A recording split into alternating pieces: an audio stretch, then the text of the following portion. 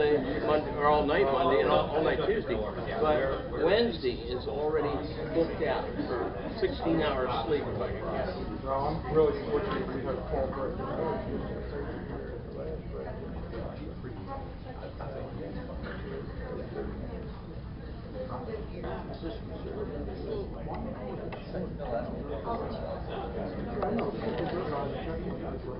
Oh.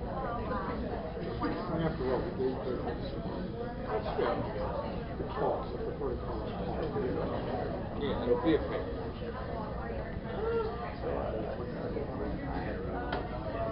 No, chance for publication. Those things to me are diamond. I hate thinking of publication. Oh, I'd walk 5 miles in the rain. I've been reading. This is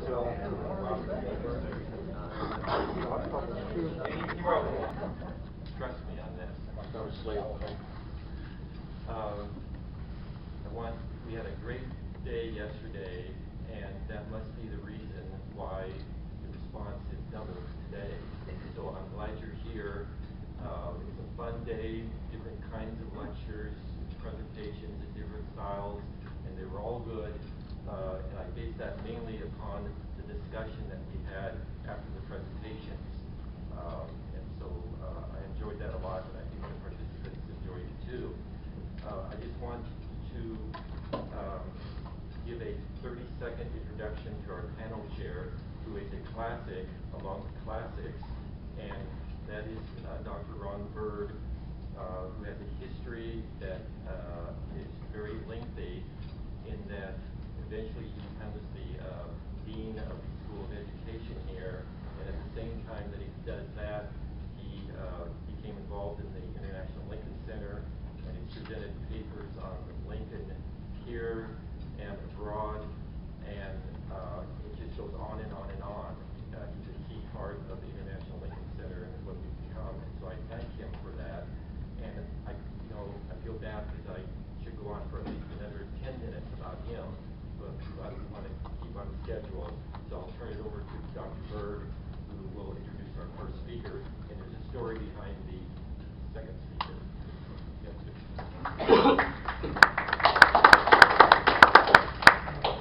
Our first speaker today, Dr. Skidmore, has a very impressive appointment at the University of Missouri, as the University of Missouri Curator's Professor of Political Science and Thomas Jefferson Fellow at the University of Missouri, Kansas City. He has published extensively, and he has 3 notable books on the presidents and presidency that you should Google under his name. He's been a Fulbright lecturer to India and a senior Fulbright scholar to the University of Hong Kong. Would you please welcome Dr. Max J. Skidmore.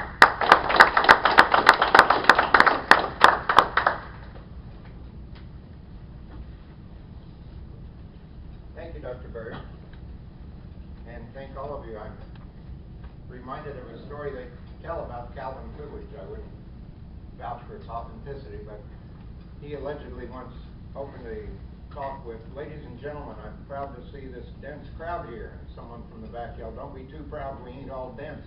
Anyway, I'm pleased to see this large crowd here. And I know you're not all large either. This is really an offbeat topic.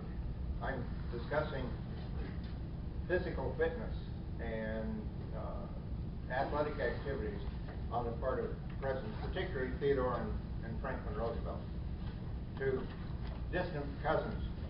Now, there can't be any doubt that Theodore Roosevelt was the most vigorous president in American history, and that's certainly true physically, and I would argue it's probably true intellectually, despite John Kennedy's quip to a group of Nobel laureates dining at the White House that it was the most intellectually powerful force gathered there since Thomas Jefferson had dined in that room alone.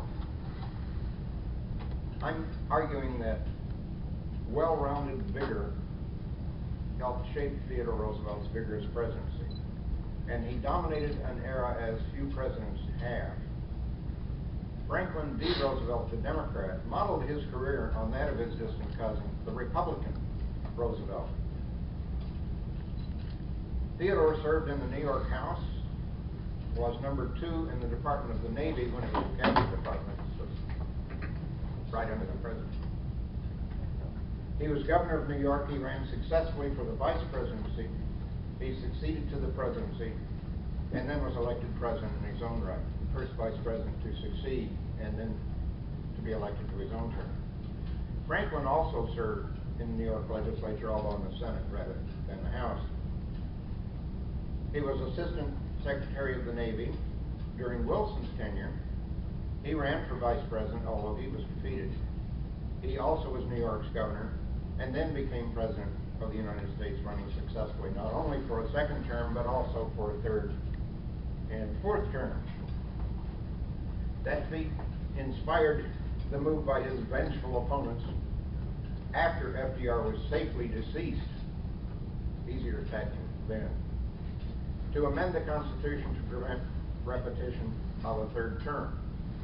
Ironically, until President Clinton, the only presidents affected by the 22nd Amendment were popular Republicans, at least one of whom would likely have run for a third term had the amendment not made it impossible.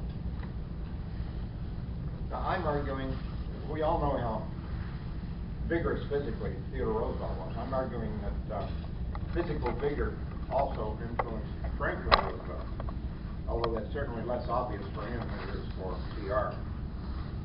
But it's a matter of general assumption that FDR's having fallen victim to polio, the enormous physical affliction that permanently denied him the use of his legs, caused him to devote himself to resurrection, self-resurrection, and to grow mentally stronger while he built his upper body, characterized by the pride he displayed in his wrestler's arms, as he called them. Not only did his valiant efforts to overcome his paralysis stimulate his strength and courage, but that paralysis may actually have increased his connection to the people by raising his awareness of the troubles that others faced and enabling them to sense his power in having overcome overwhelming difficulties. As Doris Kearns Goodwin put it, the paralysis that crippled his body expanded his mind and his sensibilities.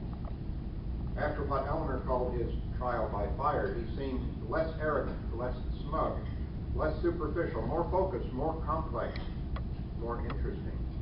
He returned from his ordeal with greater powers of concentration and greater self-knowledge. There had been a plowing up of his nature, Labor Secretary Francis Perkins observed. The man emerged completely warm-hearted and with a new humility of spirit and a firmer understanding of profound philosophical concepts. That's reasonably well known, but less well known is FDR's connection with the sea. He not only loved the oceans, but he was a superb sailor. He could deal with wind, waves, darkness, and nature's challenges better than many, perhaps most professionals. The skills he learned growing up at the sail continued to benefit him as he faced the political winds and waves of depression and war, while at the same time they continued to afford him relaxation and relief from presidential tensions. During TR's presidency, now Theodore Roosevelt, by the way, was the first president ever to be called affectionately by his initials, and FDR became the second. During TR's presidency, it would have seemed impossible that Franklin Roosevelt's presidency was to overshadow even his. I'd like to digress for a minute and look at the general phenomenon of presidents and physical activities. Those who remember the writings of the founders, such as the Federalists, will be familiar with Alexander Hamilton's discussion of the need for energy in the executive. Of course, he meant the necessity of power and authority in the office itself. But there's also another kind of energy, the kind that should exist among chief executives, literal, physical, and mental energy, the kind that normally requires physical exercise, or at least physical activity, to maintain. Leaving the Roosevelts aside for the moment, different presidents, of course, have fulfilled this need in differing ways. Those most consumed by politics, such as, for example, James K. Polk and Lyndon Johnson, were so driven by the demands of the office that it's doubtful that they would have had the time or the inclination to engage in formal exercise or in sports on a regular basis. The press during their recent presidencies was filled with images of Jimmy Carter, Bill Clinton, and George W. Bush jogging, and of Obama, especially in the early years as president, playing basketball skillfully. Certainly the first President Bush maintained much of his physical ability during and after his presidency, as demonstrated by his practice of taking a birthday parachute jump well into his 80s. Golf has occupied a number of presidents throughout the last 100 years or so, such as Taft, Eisenhower, Ford, Clinton, and Obama.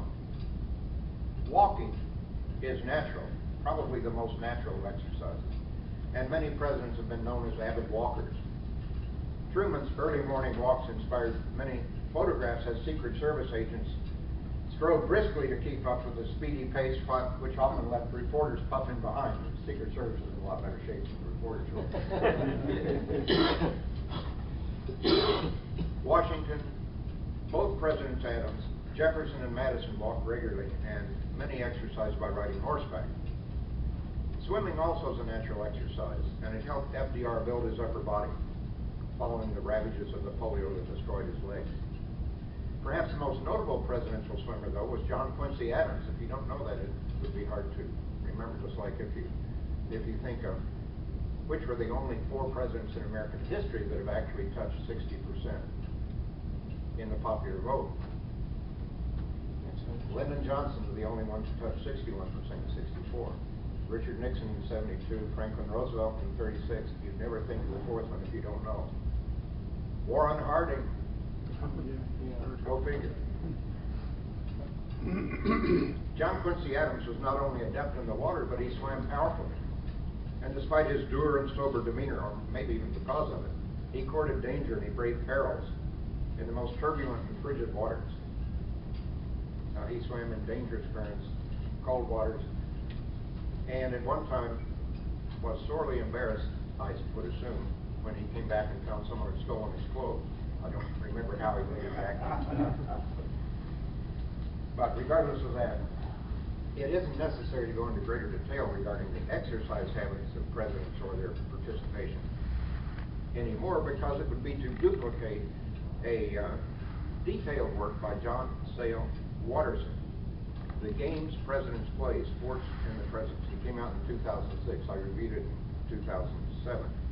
And his approach is pretty close to encyclopedic for 20th century and beyond presidents, but not for the earlier ones because there's less information available on them, I assume. But he reported that the notoriously uncoordinated Nixon, who had engaged in sports in college with a stolid determination, he soldiered right on even though he didn't have any natural talent. He did play some golf while president, and he did develop some facility with the game after leaving office. Also, he bowled in the White House, and this, I guess, is characteristic alone. Bowling alone was characteristic of Richard Nixon. Watterson, you may remember the widely reported incident. Watterson cast doubt on it when Nixon received credit, or maybe blame, since the play didn't work. But he received credit for having suggested a risky play by telephone to Coach George Allen when Washington was in the playoffs in 1971. Watterson looked more into it, and he discovered that one of Allen's coaches, Marv Levy, later head coach of the Buffalo Bills, said that Allen himself created that play and called Nixon and said, hey, why don't you suggest it? Now, if that's true, and I don't know whether it is or not, Nixon could take credit for having recommended this. And if it is true, it would seem consistent with many other devious activities that came out of the Nixon administration. Watterson also describes a severe wrist injury that Jefferson suffered from a bad fall prior to his presidency, and it bothered him for the rest of his life. And Watterson said it was possibly the worst sports injury in pre-presidential history. Now, consistent with my theme, Watterson concluded that Washington's presidency likely wouldn't have happened without his athletic feats. In the Battle of Monongahela in 1754. And more fundamentally, though, he admits that at first glance these activities, sports and games, didn't have much to do with the public lives of their presidents. Jackson's ownership of racehorses and Abraham Lincoln's feats of strength tell us little about their presidencies or their political appeal, he said. But, looked at from a different perspective, he argues that these activities of earlier presidents provide glimpses of talents and traits that would carry them to power, or even the shadowy outlines of what they would become as president. And with regard to Lincoln's demonstration of physical prowess, there's a well-known incident in which Doris Kearns Goodwin describes this, in which he was on a ship during a war zone, and as a bit of recreation, he playfully picked up a large, heavy axe.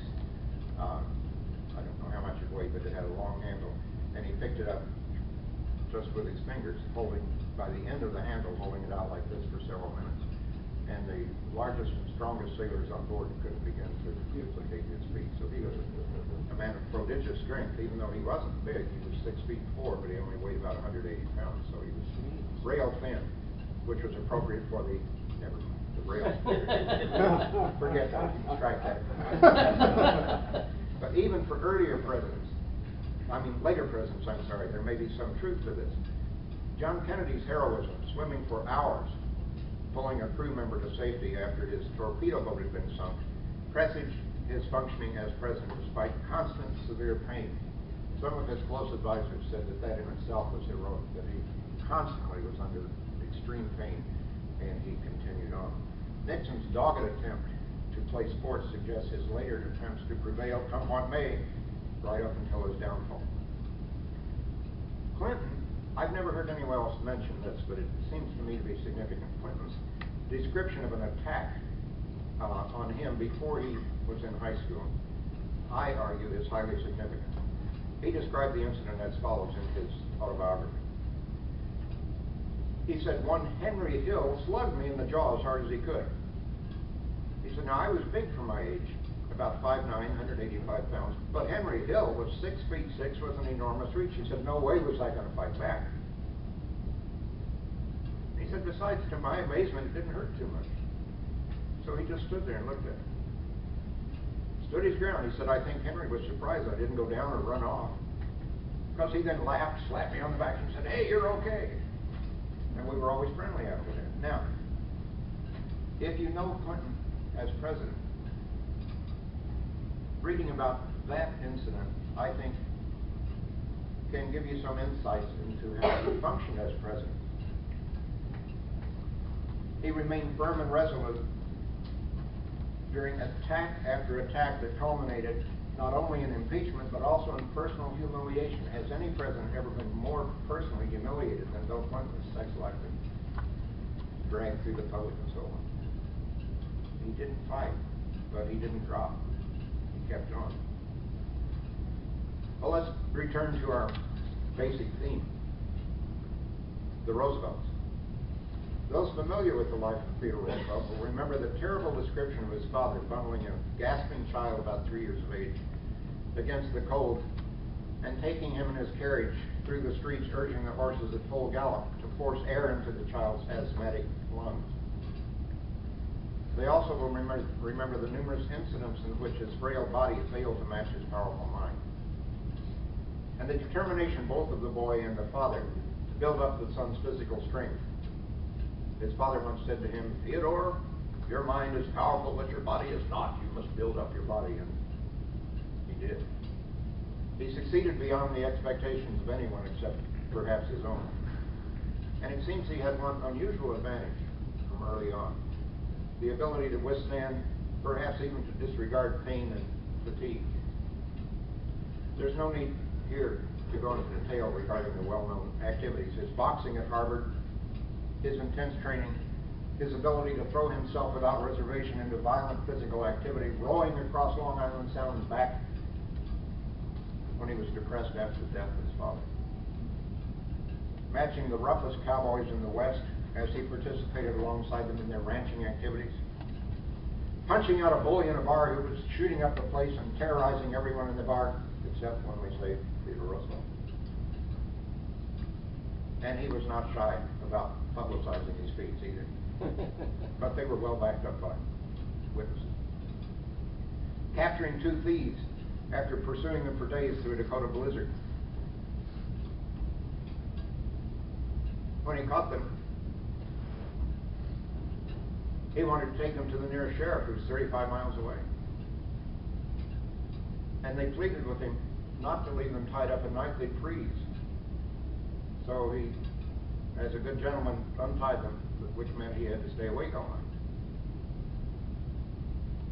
And when he got them to the sheriff said, "Why didn't you do what we do out here? We just shoot them." But he was a good Victorian gentleman, you just don't do things like that. Take them to the law.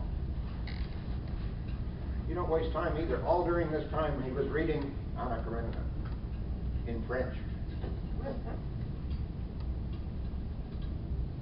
Even as president, he remained frenetically active with his demanding scrambles through Rock Creek Park. Portly diplomats would be in tow, and he would go on a straight line, over, never around, always over or through an obstacle. Trees, rocks, over. And all the while he was conducting one of the most significant presidencies in American history. Pursuing what a biographer, John Milton Cooper, said was what historian Jacob Burckhardt had called, and this is high praise, the state as a work of art. Another TR biographer, the especially thoughtful William Harbaugh, wrote that TR had read the bulk of his own country's literature and knew personally perhaps the majority of the nation's best writers. This not only was a rare quality in a man of action, he said, but it was a unique quality in a president. No one else has practiced what Harbaugh so aptly called virile intellectualism. As president, Roosevelt continued to wrestle and box, ultimately giving up wrestling first and then boxing. He'd received a hard blow to his left eye that severely damaged the sight. He must have had he thought he had a broken vessel in the eye, but it must have been a detached retina. In his autobiography, he said he thought it best to acknowledge at that time that he'd become an old man. Well, he may have seemed old to some of you, but not to others of us. He was in his early 40s at that time. So then he said modestly, "I took up jiu-jitsu for a year or 2. Now, that was long before anyone in America had ever heard of what we call the Oriental martial arts. But they strongly attracted TR. An article in the old New York World on the 20th of March, 1902, and it's available online if you want to dig out and look at it. It has pictures and interesting stuff. He described his jiu-jitsu training under Professor John O'Brien of Boston. The article said that O'Brien had been inspector of police in Nagasaki, where he had, quote, learned the jiu-jitsu tricks, end quote. Actually, what O'Brien was teaching was a complete system, not a few tricks. The article online contains excerpts from letters from TR to his children. And in one of these he said he had Professor Yamashita teach me, as he put it, the judo, as he said they now seem to call jiu-jitsu. Actually, apparently Yamashita did not explain to TR that jiu-jitsu and judo are different. Jitsu means essentially technique, while do means way. Do implies a more, judo implies a more philosophical approach, literally a way of life. Jigoro Kano, at his dojo in the Kodokan, his dojo, the Kodokan in Japan, created judo from jiu-jitsu and made it a sport with strict rules, while jiu-jitsu is a form of anything-goes combat. Judo today, in fact, is an Olympic sport, which jiu-jitsu, lacking rules and restraints, could never be. Both jiu-jitsu and judo rely primarily on the use of an opponent's force against him and choking him into submission. Judo employs no kicks or blows. It's a kind of wrestling, actually, in throws and joint locks and so forth, except at the very advanced Atemi-Waza levels, where for self-defense they're directed against vital points. Judo never employs Atemi-Waza in tournaments. They're outlawed. An article by a man named Joseph Svint, it's V-I-N-T-H, Svint, in October 2000 of the Journal of Combat Sports, describes how Yoshiaki Yamashita studied at the Kodokan advanced rapidly in rank and sought to spread the art to the United States. And his opportunity came when a Washington State tycoon, Sam Hill, invited him to come to America to teach. Now, you may be familiar with the Mary Hill Museum of Art in Washington State along the Columbia River, across the beautiful Columbia Highway on the Oregon side. And his archives are rich, including some of the relevant correspondence here, but he arranged for Yamashita, when he arrived in Seattle in 1903, to give a private demonstration there, and this probably was the first demonstration of Kodokan Judo in the United States. For a number of reasons, including his own pacifism, Sam Hill was no admirer of Theodore Roosevelt, but that's another story. Yamashita then traveled east, which also missed Hill, who brought him over there to teach his kids, and instead he went over to demonstrate at Annapolis and finally to teach Theodore Roosevelt. In the meantime, after studying with O'Brien, TR had worked out for 6 months with another Japanese judoka, A. Itagaki, and he recognized Yamashita's potential. And Smith writes that it had been reported that there were 7 degrees in jiu-jitsu, and Roosevelt intended to have at least 5 of them, although his main goal was weight reduction and not rank. Now, it's not clear from this statement exactly what he meant when he said 7 degrees in judo, whether that included the Q ranks, the colored belts below black belt, which probably was the case, because if it means black belt, that would mean he intended to become a 5th degree black belt to go down, which would have been close to master's level and would have required considerable time and effort, probably more than TR would have been able to devote to it. But regardless, in personal conversation some years ago with the late Dr. John Gable, who was the executive director of the Theodore Roosevelt Association, I discussed TR's jiu-jitsu experiences with him and said I was curious whether TR actually had won a black belt, and he said indeed he had. Now, Gable was probably the greatest expert on TR trivia of anybody, but subsequently in a discussion with TR's great-grandson, Tweed Roosevelt, I asked him as well, and he verified yes, that his great-grandfather had earned a black belt. So I think this is likely. Yamashita himself had said that despite his being overly impulsive, TR was the best student he'd ever had. So I'm arguing here that Theodore Roosevelt is almost certainly the only president ever to have a black belt, and absolutely the only president ever to earn one in the White House. And to honor his contributions to American Judo, the American Judo Association on the 17th of November 2007 at Sycamore Hill, the TR home, presented an honorary 8th degree black belt, a Heichidan, to President Theodore Roosevelt, the first and only American president to have studied the Japanese art of judo, awarding this in recognition of his contributions to the art in the United States.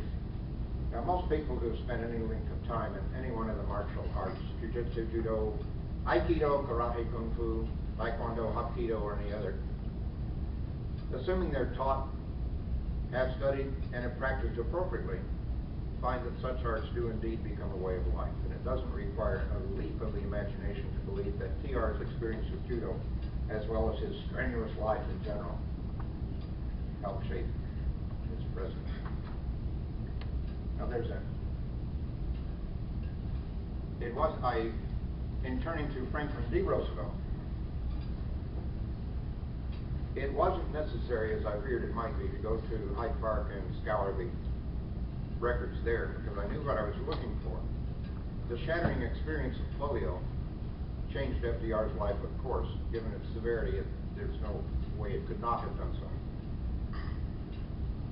And changing his life certainly affected his presidency, which became so momentous that many scholars consider him to have established the modern presidency, and they often, particularly political scientists, less so historians, consider the presidency to have started with FDR. I kind of think things like the Constitution and Abraham Lincoln and Thomas Jefferson and so forth had a little bit to do with it that these students often disregard, but they didn't have. But anyway, however short-sighted such a view is, there's no doubt that he did transform the nature of the office. but less well known, is the continuity of FDR's connection with the sea, with the ocean, which was so influential on FDR the man as to have had an inevitable effect on FDR the president, and thus the presidency. And this is not just sitting there turning a wheel, it's physical and mental effort.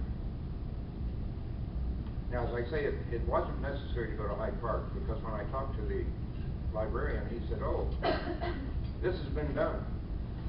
Another researcher, Robert Cross, had scoured all the materials and had found everything relevant, and had a book that laid everything out. Sailor in the White House. That's what any researcher would hope to find on some arcane topic such as FDR and the sea.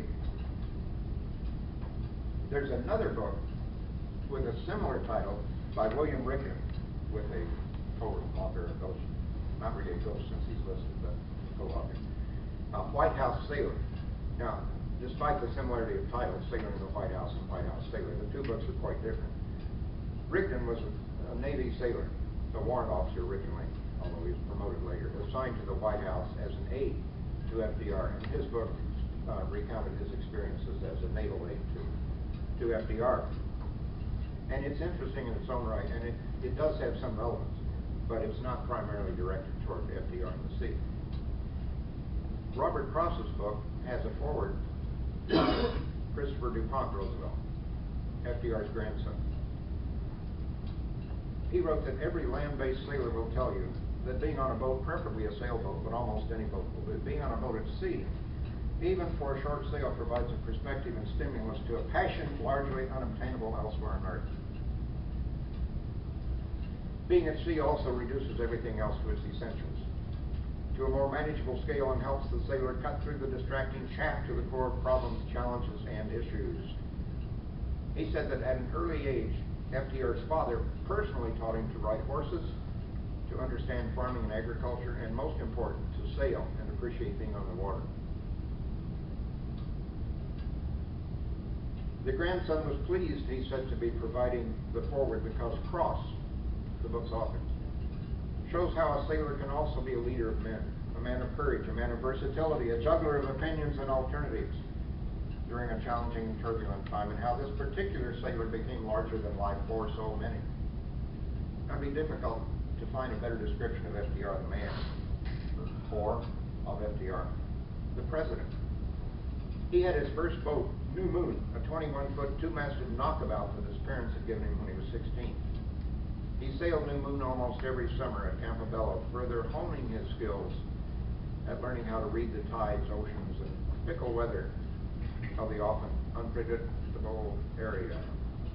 Consider for a moment an incident in 1908. Eleanor Roosevelt's brother, Hall, recalled a cruise that he and two other classmates took at Campobello with Roosevelt at the helm of a 51-foot sailing yacht. Hall was 17 and FDR was 26. They encountered heavy fog, strong winds, and currents. They corrected a list. The boat was tipping and was about to go onto shoals, mudflats.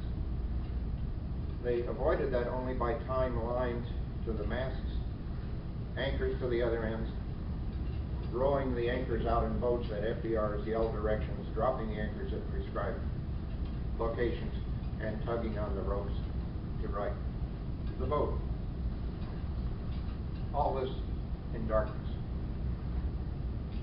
Subsequently, there was a fierce storm that tossed the vessel around for many hours. FDR was at the wheel and successfully navigated his craft through the heavy winds.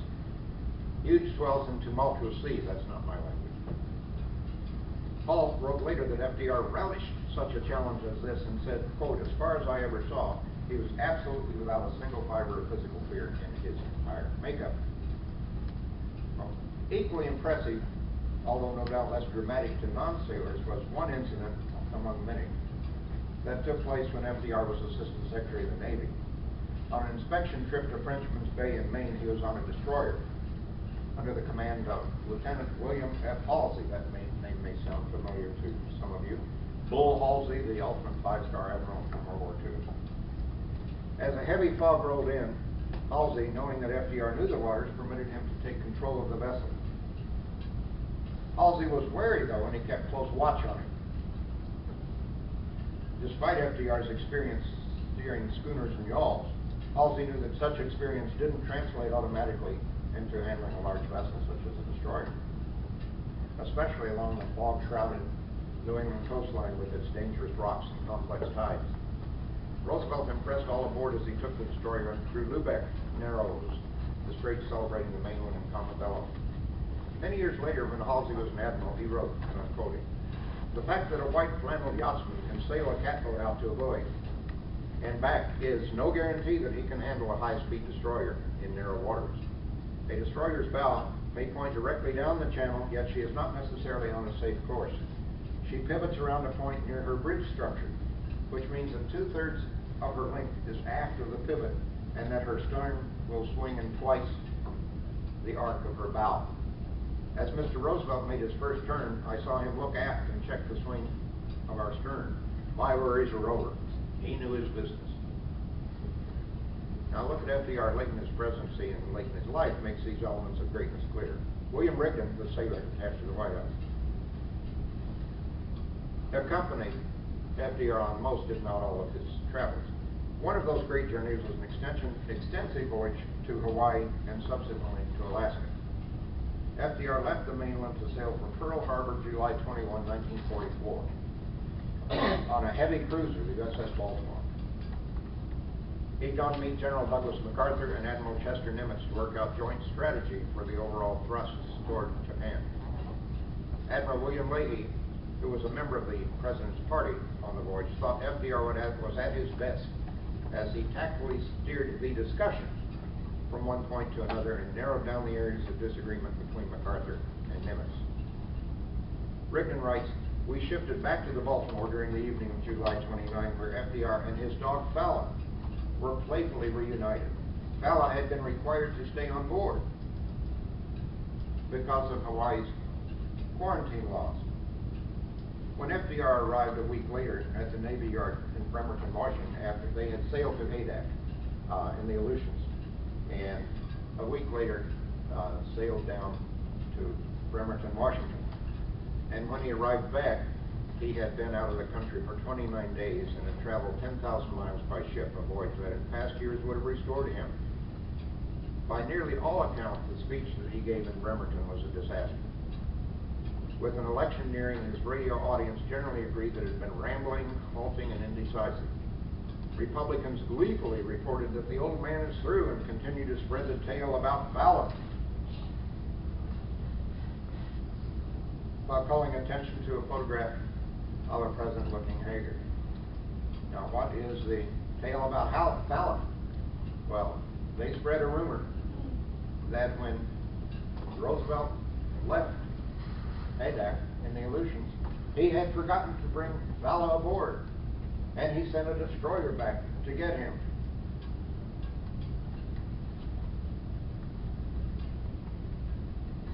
Rigdon said it never happened. There was nothing to it. It was purely made up. I know that comes as a surprise to all of you that in politics anything could ever be reported that was simply made up. Adak had been a treeless island near the end of the chain. And Rigdon wrote that it was that island that brought Vella into the political campaign. He said that sending the destroyer back was at a huge cost to the taxpayers, so the story went. But the story grew and grew as it passed from one anti-Roosevelt narrator to another, with the expense and the lurid details and the consequences growing with each telling. For example, not only did it cost a huge amount, but it took a destroyer out of action. And that destroyer might have sunk a Japanese ship that had perhaps sunk an American ship, and it might have saved all these drowned sailors if FDR hadn't done this. Of course, FDR hadn't done it, but that was irrelevant.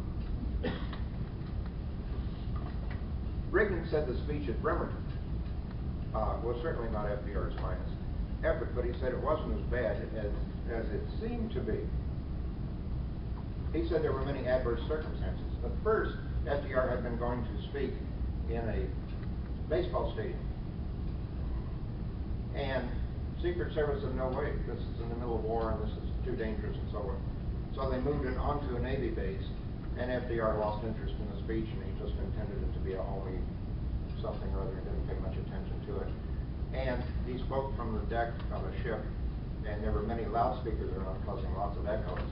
And the radio pickup was poor, in addition to all that, and it made him sound, he said it was one of his worst performances ever, but it made him sound a lot worse than he really was. And he also departed from his script, and it was different from the script that the reporters had and so forth. So it looked as though the whole thing was just a mess. But ultimately, FDR turned it around. The whole incident, especially the Vella column.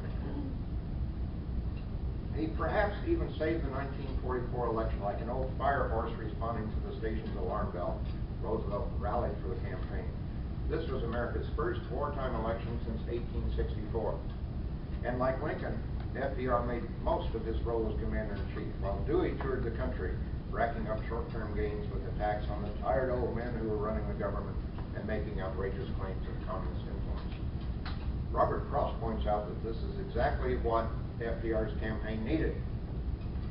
FDR turned the tables on his opponents by delivering what Samuel Roseman, a speechwriter, called the greatest political speech of his career. He had bided his time until the opportunity was perfect. You don't act until the opportunity is perfect. On 23 September 1944, an energized Roosevelt displayed his legendary skill and vigor once again as he spoke about his little dog, Vella. Here we are together again after 4 years, he said. There are millions of Americans who are more than 11 years older than when we started to clear up this mess that was dumped in our laps in 1933.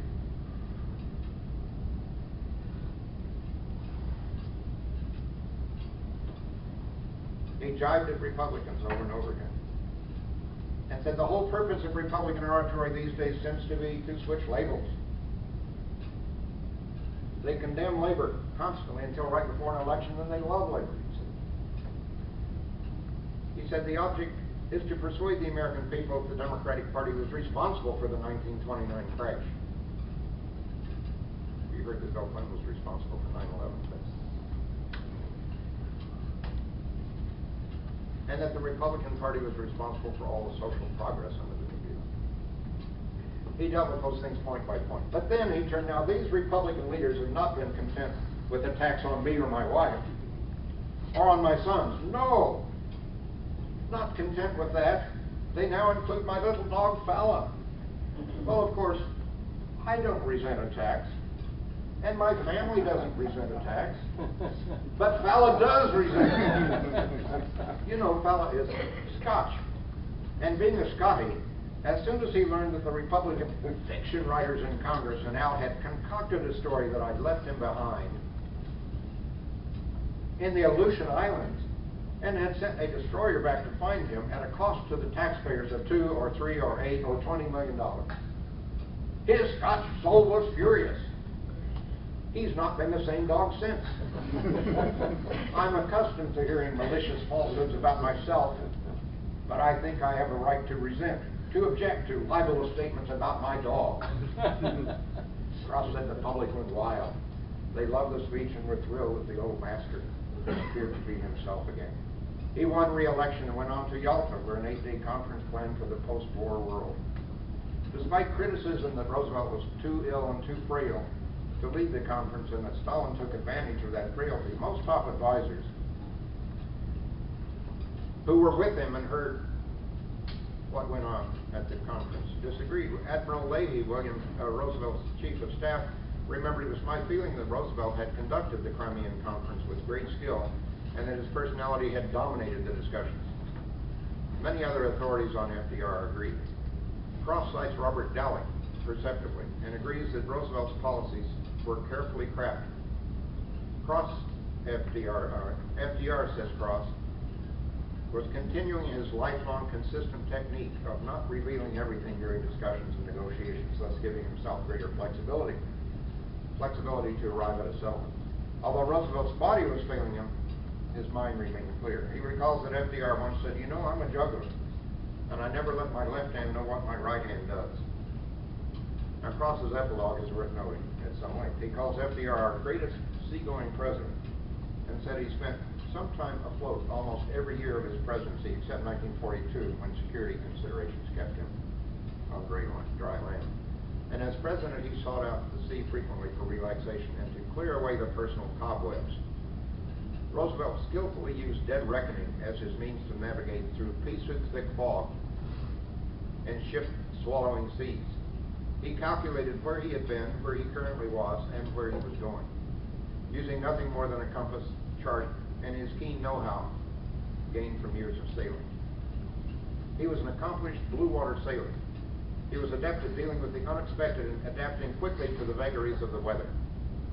On the sea and throughout his life, he was a master of improvisation, rapidly issuing orders to his crew to alter course and adjust sails as conditions warranted. Franklin Roosevelt was in command both in the sea, on the sea, and in the White House. It's significant that he carried his sailor instincts into that White House. He was a consummate sailor politician, possibly the consummate sailor politician. Frances Perkins sensed this. She was the first woman ever to serve in the cabinet, Secretary of Labor. She said FDR rarely got himself so tight into a program from which there was no turning back. As Cross observes, this is much the same way a good sailor uses keen skills to prevent getting trapped by wind and weather. Just like a pilot flying in canyons and mountains doesn't fly into a canyon, which he doesn't know. It could be a box canyon, and you not have time to turn around and not have the ability to climb out. You don't go where you know not what is in front of you. As Perkins said, he worked with his instincts. He relied upon his intuitive judgment. Admiral Emory Land goes so far as to credit Roosevelt's deep understanding of the sea with U.S. success in World War II. Franklin Delano Roosevelt, he said, knew more about ships and the men who sailed them than any man who ever held high office. Now, we have here two remarkable men, relatives who became two of the most remarkable presidents. And the word remarkable hardly does it justice. Each was conditioned by extraordinary physical activities. Theodore courted all sorts of physical challenges and mastered them, including one of the more demanding of the martial arts. Franklin was struck down and fought back without the use of his legs and continued his mastery of all things seafaring. Their activities broadened and strengthened their bodies, their minds, and their temperaments. Their presidencies similarly reflected and brilliantly benefited from their enhanced skills and accomplishments, from their physical and mental powers, and from what must be recognized as their extraordinary temperaments. I told you this was going to be an off-beat topic. I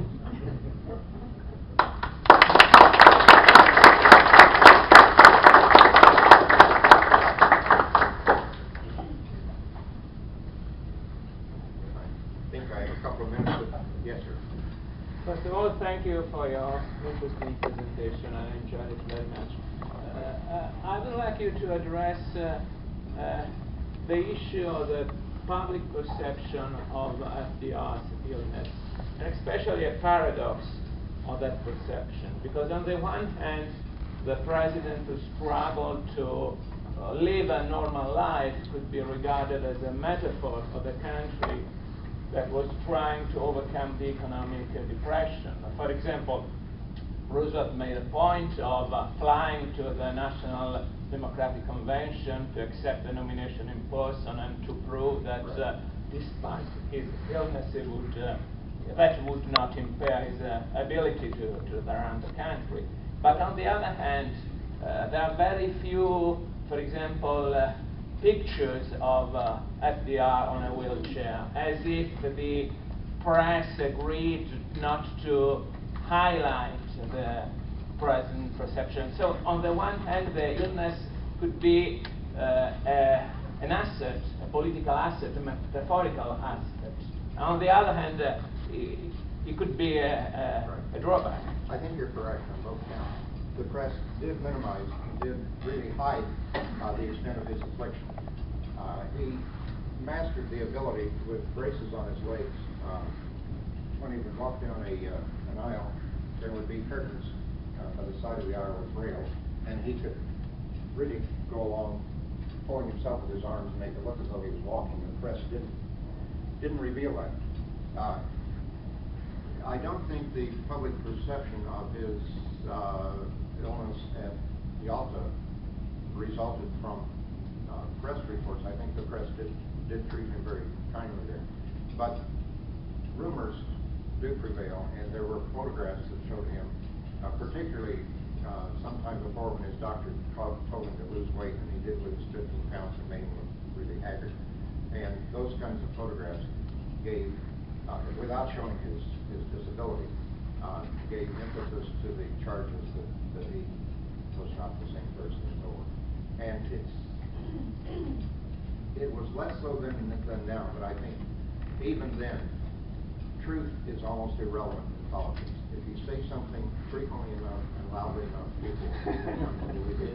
Abraham Lincoln once allegedly said you can fool all the people all the time and some of the time, but you can't fool all the people all the time.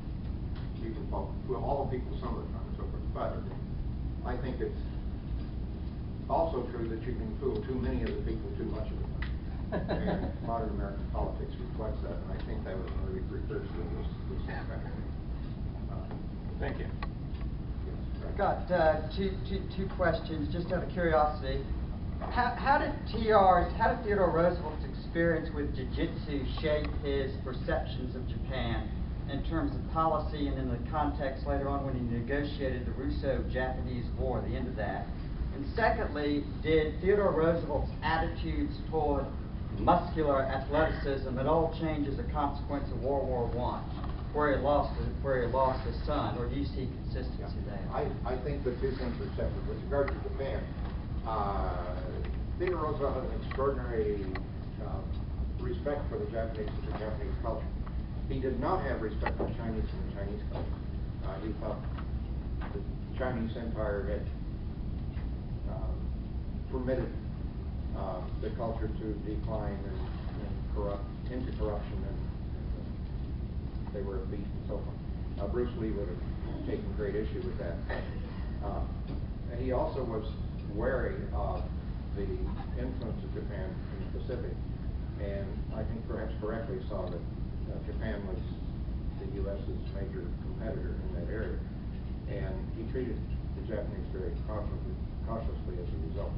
And I think his exposure to jiu-jitsu probably was heightened his appreciation of Japanese culture. With regard to what was your second point? World War I. World War I. Consequences of World War I. There's no question about it. He glorified war. He had a romantic view of war. And when Clinton was killed in combat, TR had urged all of his boys not only to go to war but to get into combat. But he then said, "You don't have to stay in it. You've done it. Come out." Well, Clinton was a pilot, and he was killed, and arguably he was FDR's favorite. And it shattered him. He recognized that he was largely responsible for having pushed him into it. I think it really shook him to the core. Friends heard him in his room wailing to himself, 420, 420. And when he heard the news, he said, "How can we ever tell who this about? This is just so monstrous." I do think it shattered him. I think that, and the fact that he didn't get the Medal of Honor until posthumously, and the fact that Woodrow Wilson refused to send him abroad, were the three greatest, perhaps Alice Lee's death. These are the greatest, and his father's death, the greatest tragedies he had faced in his life. But I do think it changed his romantic attitude toward war. War had become, even then, so technologized that it was vastly more than physical guarantee. And I remember reading something to the effect that the invention of the automatic weapon, the machine gun, was going to make war impossible because it was so horrible. Same thing they're saying now about nuclear weapons. I don't think anything can be so horrible that it makes war impossible, unfortunately. I remember Dr. Strangelove. The Soviets had unleashed a doomsday machine, which meant that if a nuclear explosion ever went off in the Soviet Union, the whole world was going to be destroyed. And General Buck-Turgid said, "Man, wish I had one of them. Wish we had one of them doomsday machines." I'm going to ask a question which I admit is definitely not a very scholarly or cerebral one, but I'll ask it because I'm curious about it. As far as TR goes, of course, his emphasis on physical fitness and boxing, and constant physical activity and sports and everything, life outdoors. And at the same time, especially later in his life, TR obviously had a serious and growing weight problem. Look at the last few years of his life, he's definitely overweight. Did he ever go through periods of time where he was go on diets, try to lose weight? Because I've heard that almost every morning he had these enormous breakfasts. Yeah. Lots of eggs, lots of coffee and rolls. And a half a dozen chops. Yeah. And so forth.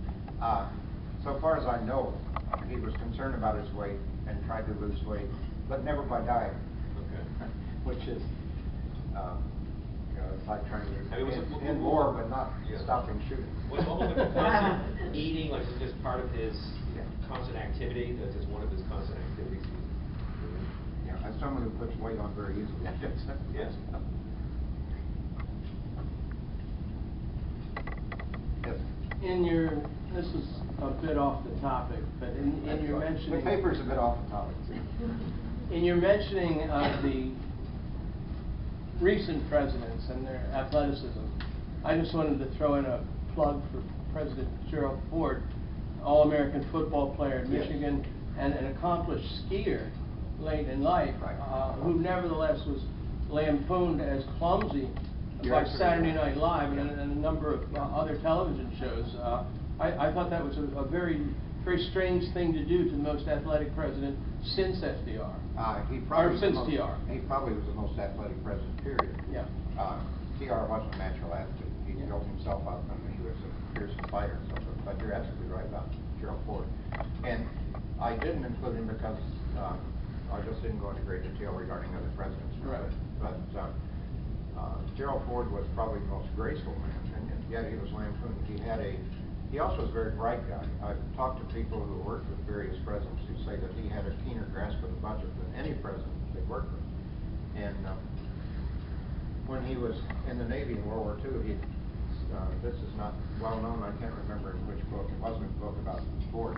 I think it was a book about Halsey, Halsey's Typhoon maybe, but anyway, there was a disaster on a destroyer, on an aircraft carrier, and he saved sailors from fire, and the deck was slick with oil, and he slipped off the deck overboard, and he grabbed the gunnel with one hand and pulled himself back up. And clearly but he had a slow, deliberate way of speaking, and it's easy to misconstrue that as mental slowness. And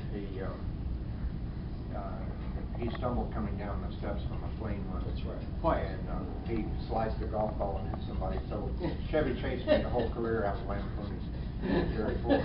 And his public image did reflect that, but it certainly was not the man. As a bleeding heart liberal, and I will accept the label gleefully, gladly, I think Gerald Ford is probably the most underrated 20th century president. He's far too conservative for my taste, but a decent guy and a decent president. He once bumped his head getting out of a helicopter, and they ridiculed that. But if you try to get out of a helicopter and you're not familiar, it's hard not to bump your head. It's the power of television, though.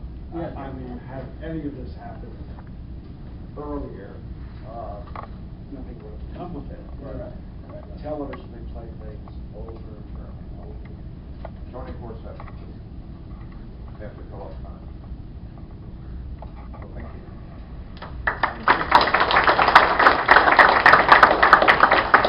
This is a very informative presentation. We're very fortunate to have today a Dr. Christina Vella impersonator who's going to have a few words for us here. Thank you, and please cut me off after 7 minutes, but warn me at 6 minutes, because I might skip. Dr. Vella couldn't be here today, but there's a brand new book out that she wrote, a brand new biography, and it's on George Washington Carver. And I was going to have, I don't do PowerPoint presentations, so I was going to do it, but I'm into dramatic visual. So I was going to have a copy of the book here with some purple and gold over it, and I'm going to do the dramatic thing of covering it. unfortunately, it's going to come out because it's coming out for this conference.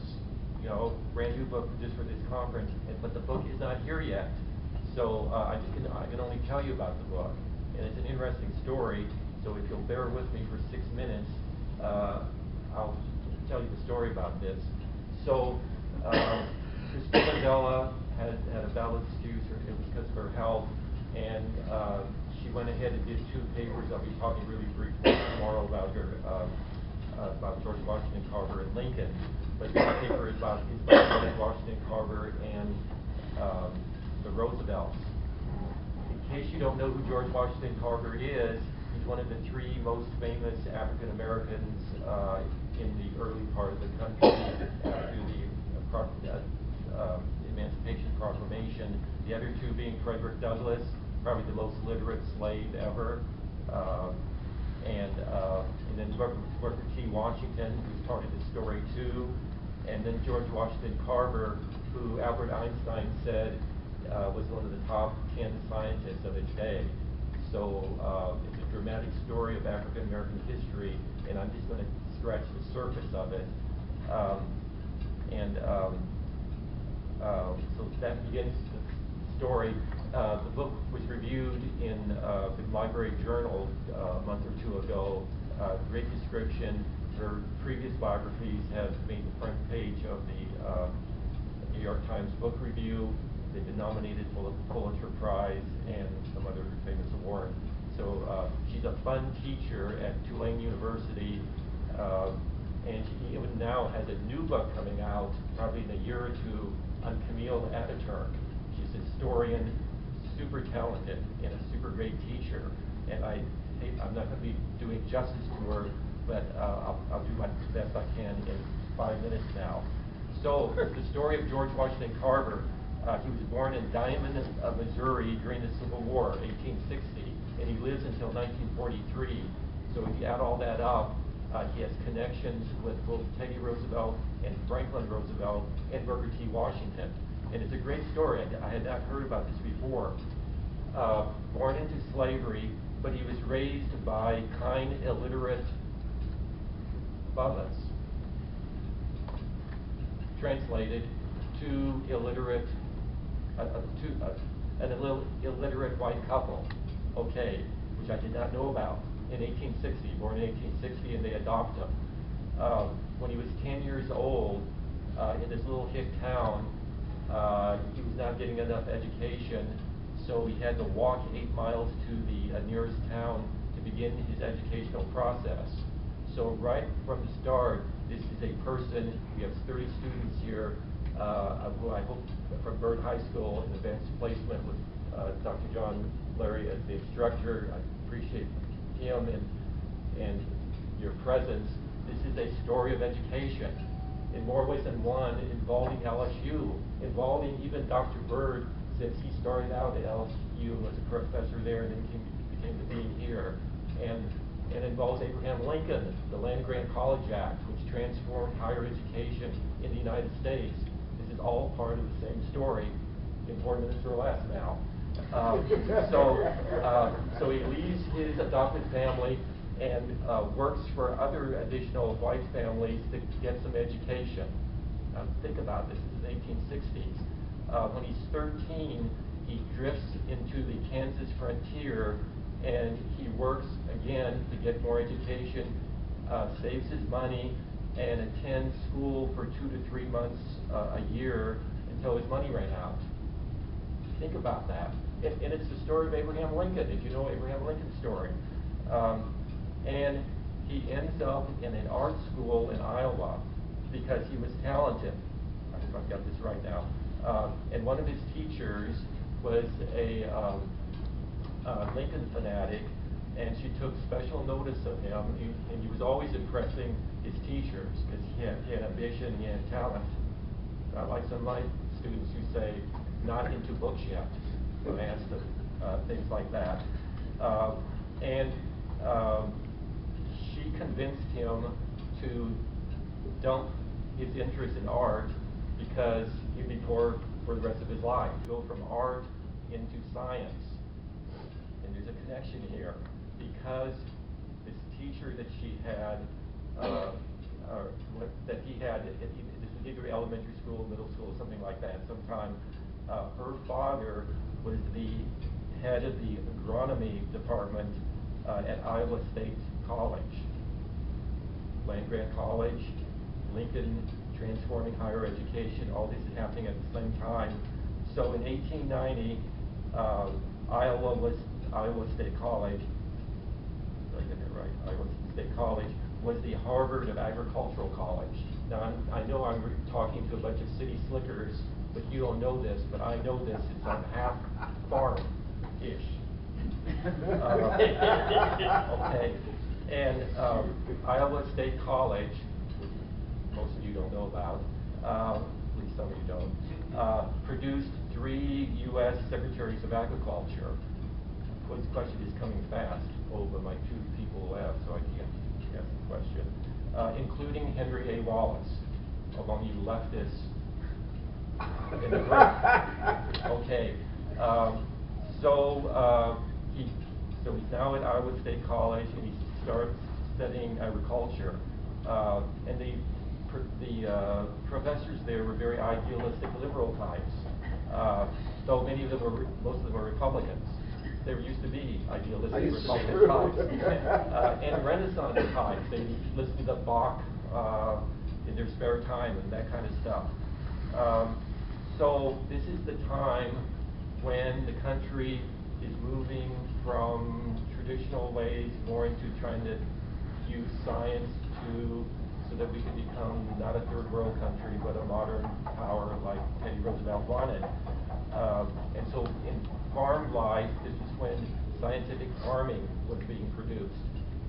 And of course, you all know that Abraham Lincoln created the first Department of Agriculture, right? No, you're city slickers, you don't know that. Now, my question is for the political scientists is, who's the longest serving Secretary of Agriculture in history? Now, I know most of you could care less, but I just happen to know, I knew this guy's name for various reasons, but I didn't know anything about him. And I learned this from Dr. Vella in this paper. His name is James C. Tama, T-A-M-A. That was his nickname, Wilson.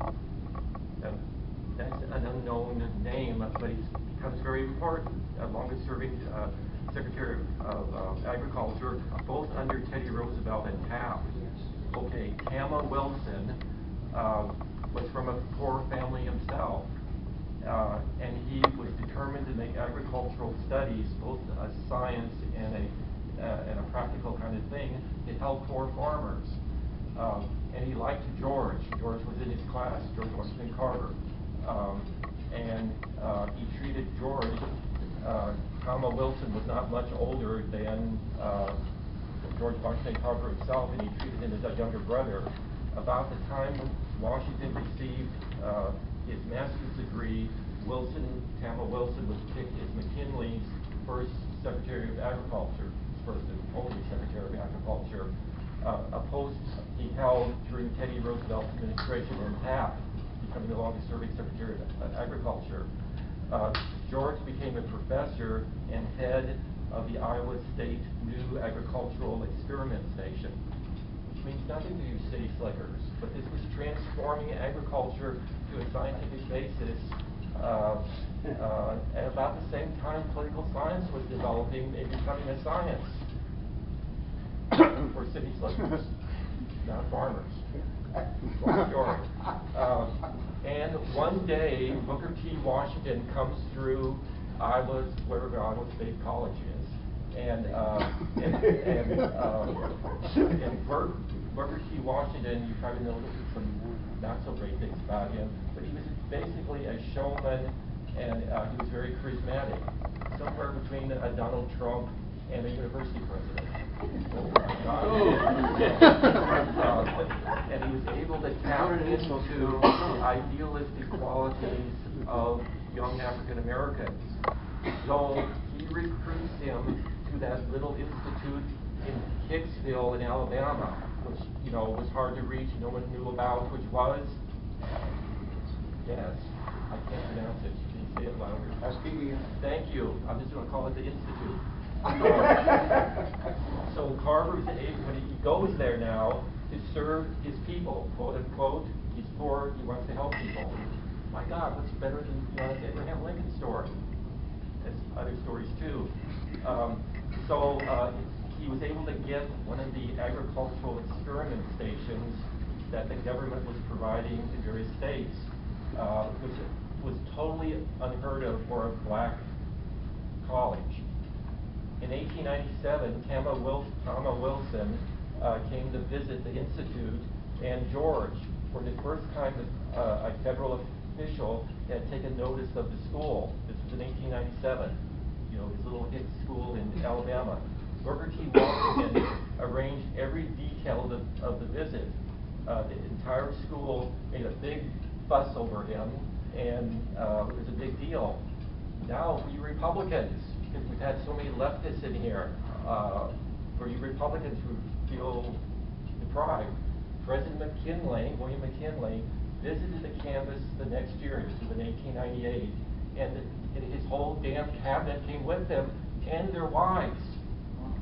Yes. There were even progressive Republican females at that time, and this included Teddy Roosevelt as the assistant, what was he? Yeah. And so he met George, who was doing research there, and eventually comes up with 3,000 ways to use peanuts, especially peanut oil, to help the farmers get away from the cotton plantations which were wrecking the soil. Okay, so that's a major achievement that he did. Booker T. Washington, you'll hear this story from Stefano Lucconi here. Is that the next hour? So I got to speed this up even faster.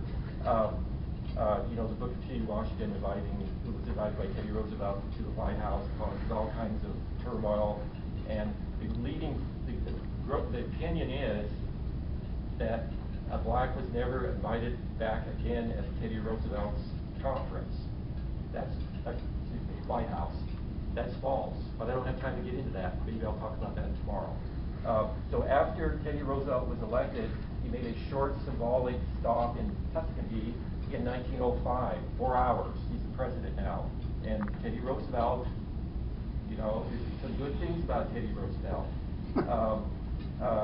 And Booker T. Washington was there, and he produces a major production. He puts the whole damn school on wheels. And so, this is Booker T. Washington advocating practical skills for African Americans. The whole damn thing is on wheels. It's like a parade. Think about that. I don't have time to get into that. And so so the whole school, Teddy Roosevelt is on the review stand, and the whole school is going past him. And Teddy Roosevelt, what he was saying, bully, bully, bully, all this whole time. And then one of the 4 hours that Teddy Roosevelt was there, Teddy spent with George Washington Carver, because Teddy was into everything, like a Renaissance person from the LSU system. And he was into conservation and the implication of establishing national parks. LSU comes through.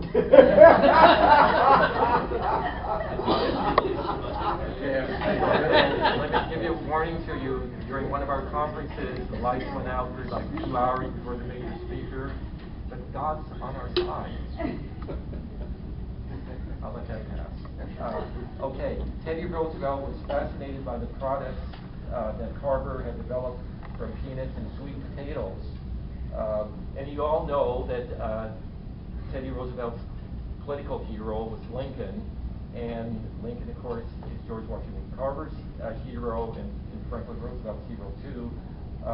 And Teddy Roosevelt later corresponded with Carver.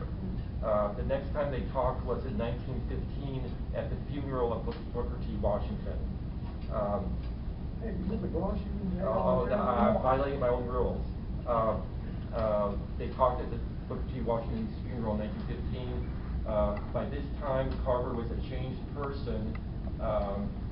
He he admired Booker T. Washington, but at the same time, Booker T. Washington was very critical of him. I don't have time to get into that.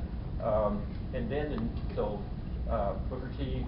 dead, the new president, a guy by the name of Robert Moton, M-O-T-O-N, and the story about the change of leadership at the top. And Mr. Moton he promoted George Washington Carver to the hilt and was not critical of him. He did all he could to promote him. By the 1920s, Carver had developed over 2,000 useful products. Carter refused, now get this, Carter refused to take a patent out on any of those products. Where's my leftist person? I hope you heard this, leftist person. Refused to take a patent out to become a capitalist. He wanted those that stuff in the hands of the poor farmers. Well, higher morality. Thank you. He accepted money. All right. Or here's the other. And he refused to accept money from companies that promoted the products. Oh my God, he was a saint. His name was known all over the United States as a humanitarian and a scientist. Okay, now quickly the FDR language, much faster. So on January 1st, 1933, FDR just elected, front page stories in lots of the papers, peanut oil aids polio victims found by Negro scientists. As a result of this, when polio was an epidemic, lines of people outside of George Washington Carver's office, and he was giving a cycle of massages, which began with only 2 people, and they fully recovered, and my God, that took over, and so this is the miracle solution to polio. A friend of FDR's took the treatment, and it helped him, so he told FDR about it, and FDR followed the thing. It didn't help him much. Now, the interesting thing about this, think about professions. Carver's work at that time was never investigated by the American Medical Association, whether it was legit or not. FDR stopped in Tuskegee during a Southern tour. They corresponded with each other from 1939 to 1943 when he died. Carver adored Franklin Roosevelt. Here's a patrician looking out for little people. Final half page. Carver had some contacts with Henry A. Wallace. You innocent types in the back don't know who Henry A. Wallace, and even I don't, because I was born after this. But I've heard about him. Eco-commie, liberal, pro-Soviet idealist. But he was a scientist too. Henry A. Wallace was a legit scientist, and his father was a legitimate scientist from the Midwest, and very legit. And Henry A. Wallace was Franklin Roosevelt's second vice president. Second vice president for one term? One term. Okay, one term. And then he became the U.S. Secretary of Agriculture under, wait a minute, need to back up a second. Wallace's father, Henry C. Wallace, had been Carver's old professor at Iowa, who became the U.S. Secretary of Agriculture under Harding and Coolidge, and the father died in 1924. Okay, Carver's relationships with Henry A. Wallace they were much more intense. I don't have time to get into that. Nonetheless, you leftist, pinko liberals are always forgiving people, and Henry A. Wallace told FDR to issue the first stamp with George Washington Carver on it, and that eventually happened. Carver dies in 1943, January 1943, famous. He was really famous at that time, but poor. What the hell? What's life all about?